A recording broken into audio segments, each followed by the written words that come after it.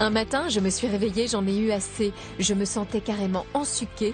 Alors ce jour-là, j'ai pris une décision radicale. J'arrête le sucre.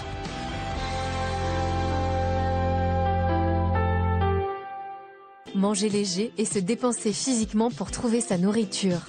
C'est sûr que nous, avec nos supermarchés, où l'on a des milliers de calories à portée de main, nos télés, nos voitures, ça va être plus dur de rester en forme. Mais bon, on peut s'inspirer. Un mois après avoir arrêté le sucre ajouté, mon impression, c'est que je me sens beaucoup mieux, plus légère, moins fatiguée. Maintenant, il s'agit de voir si ce sevrage a une action en profondeur. Je retourne au centre du métabolisme, en Suisse, pour refaire les mêmes examens qu'il y a un mois.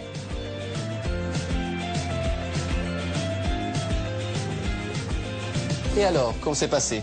Super bien. Enfin, difficile un petit peu au début, mais ça va. Je me sens beaucoup mieux, en fait. Et vous avez l'impression que vous avez perdu du poids? Oui, j'ai perdu du poids, oui. Je pense que j'ai perdu... Et vous n'êtes pas frustré, un peu plus énervable, contrarié? Non, j'ai plus d'énergie, je suis moins contrariée et moins frustrée, figurez-vous. Alors, là, on a la situation quand vous avez démarré. On avait 19 kilos de graisse. Aujourd'hui, vous êtes à 16 kilos de graisse. Ça veut dire que vous avez perdu 3,2 kilos de graisse. D'accord. Vous avez perdu également à peu près presque 1 kilo de muscles. Il faut quand même savoir que les muscles, c'est notre moteur. C'est lui qui va brûler les calories. Si vous perdez trop de muscles, votre métabolisme va se réduire progressivement. Et donc, ça va être de plus en plus facile de reprendre du poids. Et donc, ça, c'est une chose à éviter. Mais là, vous avez très bien travaillé. Donc, ça marche, en fait. En plus, je me sens mieux, en fait. Je me sens, enfin, franchement, je pensais pas que ce serait aussi facile, en fait, d'arrêter le sucre. Il faut quand même dire une chose. Au début, on dit toujours, on a une phase de lune de miel. Ouais. C'est l'euphorie. On voit quand même un résultat, on voit qu'il y a un changement positif, on est très très contente. Donc malheureusement, je dois vous dire que les premières semaines, ça va toujours bien. Ah bon, donc c'est maintenant que ça commence. C'est la phase de consolidation qui est la plus difficile. Tout est très bien. J'ai reperdu mes kilos, mais l'ennui, c'est que dans le lot, j'ai aussi perdu de la masse musculaire. Et ça, c'est parce que je n'ai pas fait assez de sport. Alors comme demain, je dois faire le bilan avec le nutritionniste, je rame. Vous n'avez pas eu de fringale de sucre? Parce que c'est quand même votre problème. Ah oui. Non, mais je dis pas que j'ai pas eu envie, mais je n'ai pas craqué. D'accord. Je n'ai pas craqué. Un petit carré de chocolat noir le soir? Rien. Non, je n'ai rien pris. Vous avez fait l'exercice physique? J'ai couru un peu. D'accord. J'ai découvert le tapis pour courir. Bon, d'accord. Ça n'était pas tout à fait la vérité.